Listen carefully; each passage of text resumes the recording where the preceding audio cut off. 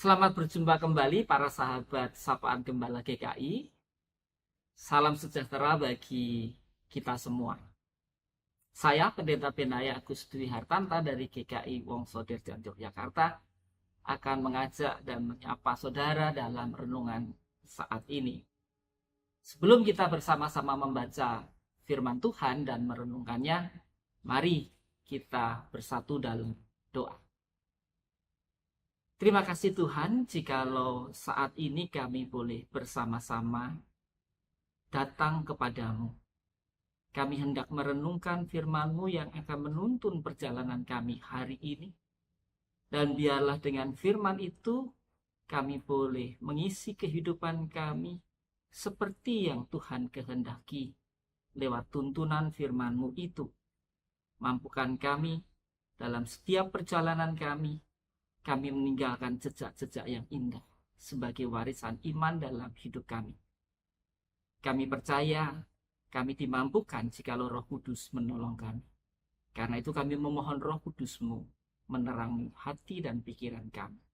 Di dalam nama Tuhan Yesus Kristus, Sang Firman yang sudah hadir sebagai manusia di tengah dunia ini, kami berdoa. Amin. Para sahabat Sapaan Gembala GKI, kita akan bersama-sama merenungkan firman Tuhan yang diambil dari surat Rasul Paulus kepada Timotius yang kedua, pasalnya yang pertama, ayat 3 sampai dengan 6. Surat 2 Timotius, pasal yang pertama, ayat 3 sampai dengan 6 yang demikian bunyinya.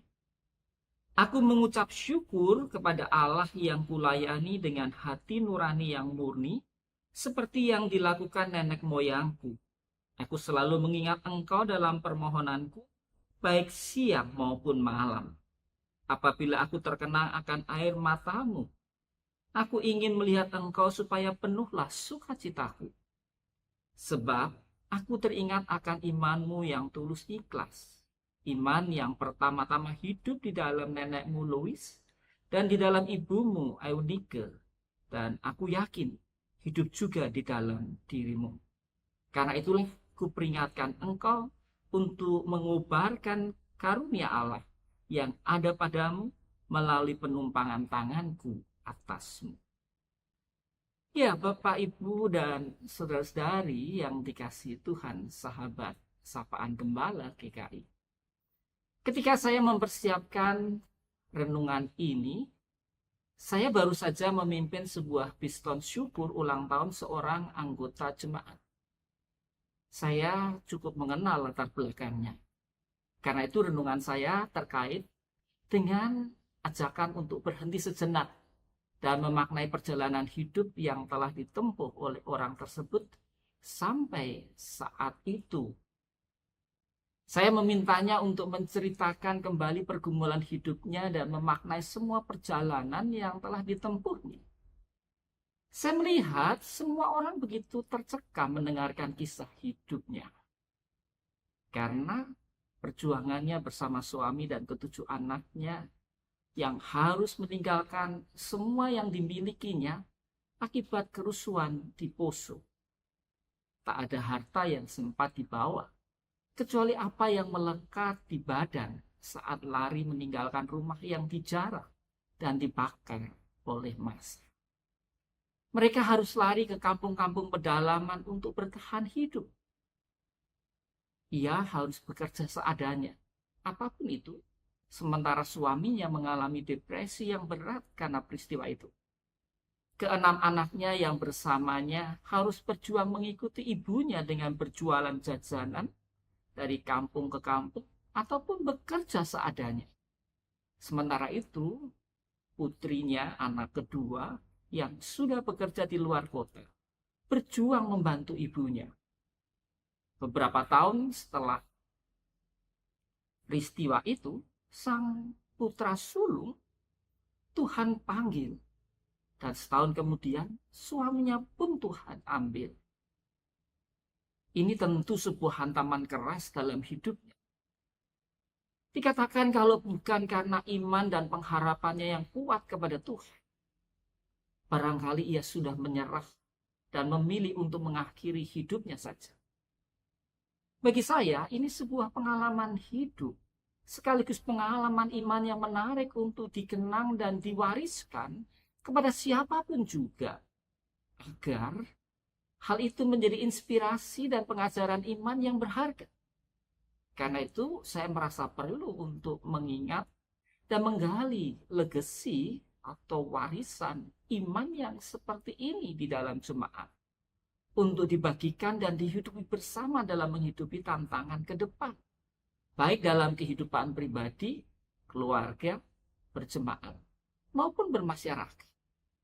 Tentu saja legasi ini bisa berbentuk cerita pengalaman hidup, tulisan-tulisan inspiratif, karya-karya monumental dan lembaga yang akan dikenang oleh banyak orang. Untuk itu, bagi kami di Jemaat GKI Wongsodej, kami layak misalnya mengenang nama seperti almarhum Pendeta Emeritus Pujo Sudibyo yang begitu peduli pada jemaat. Sekalipun ia tak pernah menulis satu tulisan pun bagi jemaat. Begitu juga dengan almarhum Insinyur Eko Agus Prawoto yang menjadi anggota jemaat kami, dengan karya layan mereka bagi jemaat kami dan juga masyarakat. Ia banyak membuat gambar-gambar untuk gereja-gereja, bahkan rumah-rumah para seniman dan budayawan, banyak yang digambar oleh dirinya sebagai seorang arsitek. Bahkan ia peduli pada masyarakat. Dan sampai hari ini, rumah di mana dia tinggal yang ada di pedalaman, di pelosok desa sana, menjadi museum yang berharga.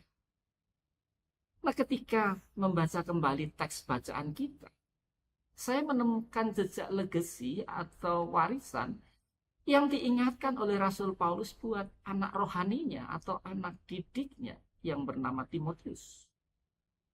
Ia ingin mengingatkan Timotius akan apa yang ia lakukan dan ajarkan padanya.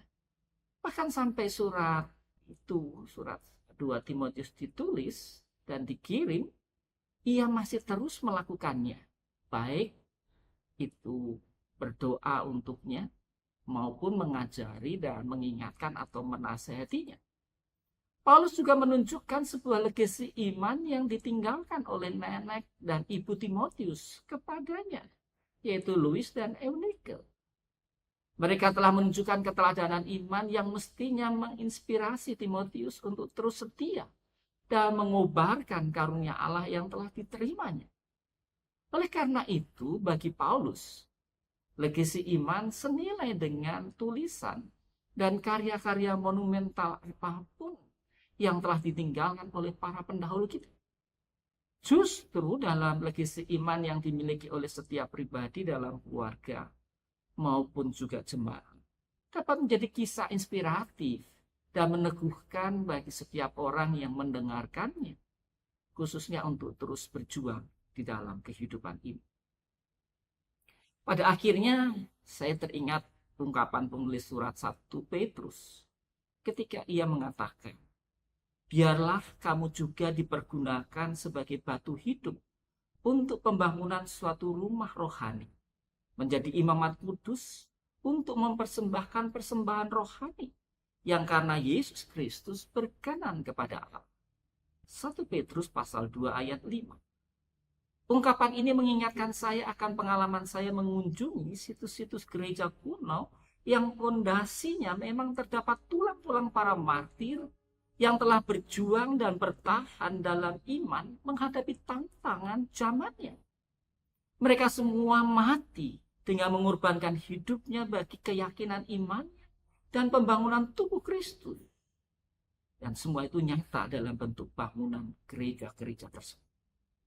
Saya yakin apabila apalagi mendekati masa emeritus saya, bahwa penggalian dan sharing legasi iman yang ada dalam keluarga, jemaat, dan masyarakat menjadi tumpuan atau tumpukan batu-batu hidup dalam kehidupan gereja di masa mendatang.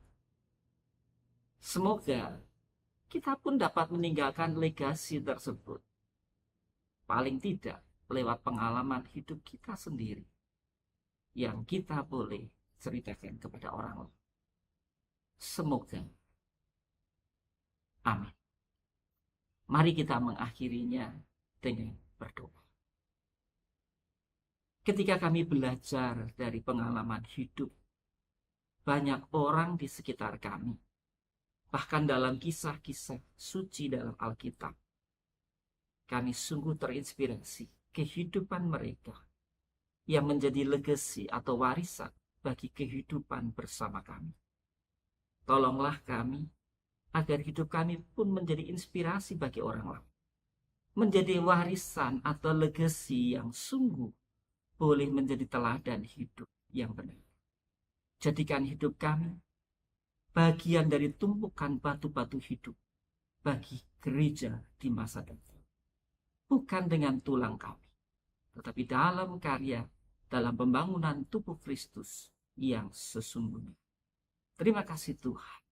Sertai dan berkati karya kami di hari ini, agar terus kami menjadi berkat-berkat, menjadi teladan-teladan hidup, menjadi batu-batu hidup di tengah dunia ini. Di dalam nama Tuhan Yesus Kristus, Sang Raja Gereja kami sudah berdoa dan menaikkan syukur permohonan kami. Amin.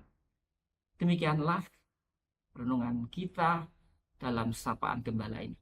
Kiranya Tuhan memberkati kehidupan kita hari ini, dan kita sungguh-sungguh menjadi berkat bagi orang lain. Tuhan Yesus memberkati.